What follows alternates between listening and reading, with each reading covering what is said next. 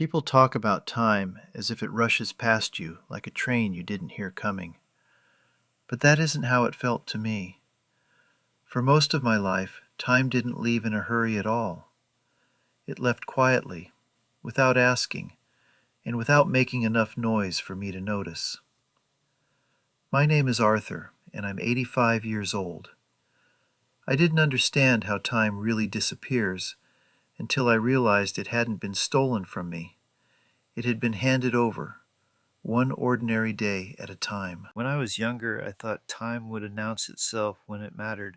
I assumed the important moments would feel important while they were happening. I believed I would know when something deserved my full attention, my patience, my presence.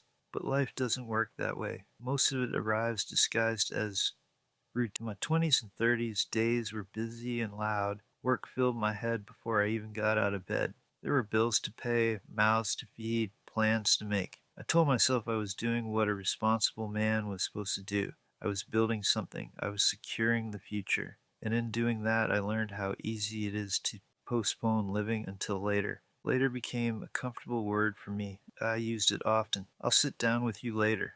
I'll take that trip later. I'll slow down later. Later felt harmless, like a promise I fully intended to keep. But later doesn't come all at once. It comes in pieces so small you don't feel them leaving. A missed dinner because work ran late. A conversation cut short because you were tired. A weekend spent catching up instead of showing up. None of it felt like loss at the time. It just felt like life being life. I remember my children when they were young, standing at the door when I came home. I was there, but not fully. My mind stayed at work long after my body arrived.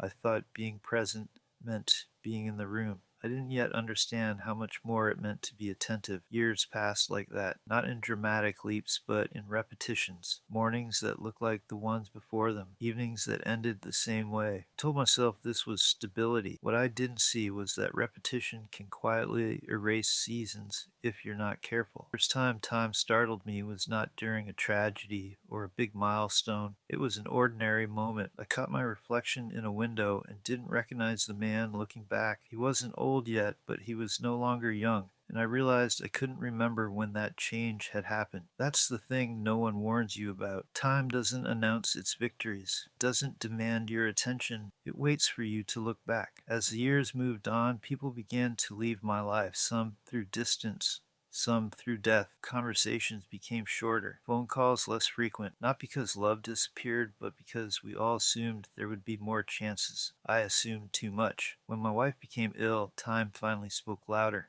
Suddenly, days felt heavier. Minutes mattered. I became very aware of how quickly moments could end. But even then, I didn't fully understand what I was being taught. Grief has a way of narrowing your vision. You focus on the pain and miss the lesson behind it. After she was gone, the house grew quiet in a way I was unprepared for.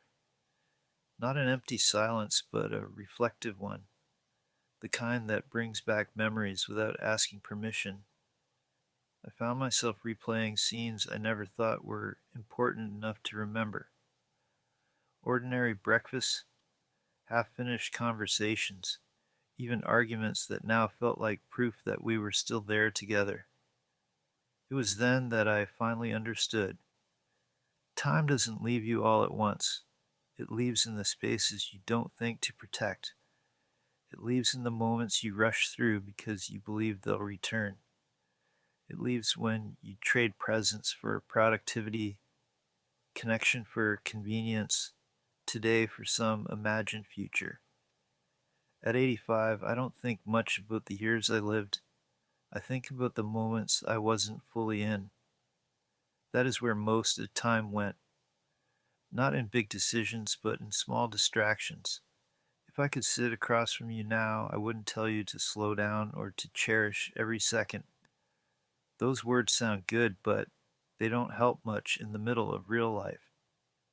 I would tell you something simpler. Pay attention to the ordinary moments you're tempted to rush through. They're doing more work than you realize. Time isn't waiting to surprise you. It's waiting for your permission. And one day when you look back, what you'll see isn't how fast it moved, but how quietly it left.